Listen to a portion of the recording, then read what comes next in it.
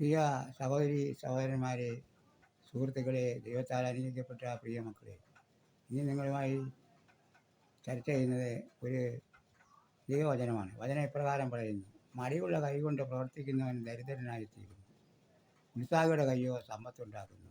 സദർശവാക്യങ്ങൾ 10-ാം അധ്യായം 4-ാം വാക്യം. ഈ വാക്യം നിങ്ങൾക്ക് അനുഗ്രഹമായി തീരട്ടെ എന്ന് പ്രാർത്ഥിക്കുന്നു. ഇതുപോലുള്ള വചനങ്ങൾ നിങ്ങൾക്ക് കേൾക്കുവാൻ ആഗ്രഹമുണ്ടെങ്കിൽ സബ്സ്ക്രൈബ് ചെയ്യാനും തൊട്ടടുത്തുള്ള ബെല്ലൈക്കൻ ക്ലിക്ക് ചെയ്യാനും മടിക്കരുത്. അതുപോലെ നമ്മളെ ഈ വാക്യത്തിൽ പറയുന്നത് മടിയുള്ള കൈകൊണ്ട് പ്രവർത്തിക്കുന്നവൻ ദരിദ്രനായി തീരുന്നു എന്ന് പറഞ്ഞാൽ നമ്മുടെ ഉത്സാഹമില്ലാതെ ആക്കാനും വേണ്ടി ഓക്കാനിക്കുന്ന രീതിയിൽ ചെയ്യുന്ന പ്രവൃത്തിയാണ് മടിയുള്ള കൈ.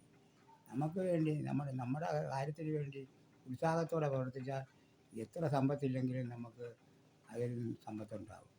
ഉത്സാഹിയുടെ കയ്യോ സമ്പത്തുണ്ടാകുന്നു. ഉത്സാഹത്തോടെ നമ്മുടെ കഷ്ടപ്പെട്ട് ഉണങ്ങാതെ ഉത്സാഹത്തോടു കൂടി ജോലി ചെയ്യുന്നതിന് പൈസ ഉണ്ടാകും, കാശുണ്ടാകും, അവൻ സമ്പത്തുള്ളവനായി തീരുന്നു.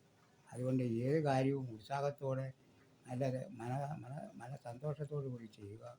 നിങ്ങൾക്ക് ഒന്നിനും ഒരു ബുദ്ധിമുട്ടുണ്ടാവുകയില്ല.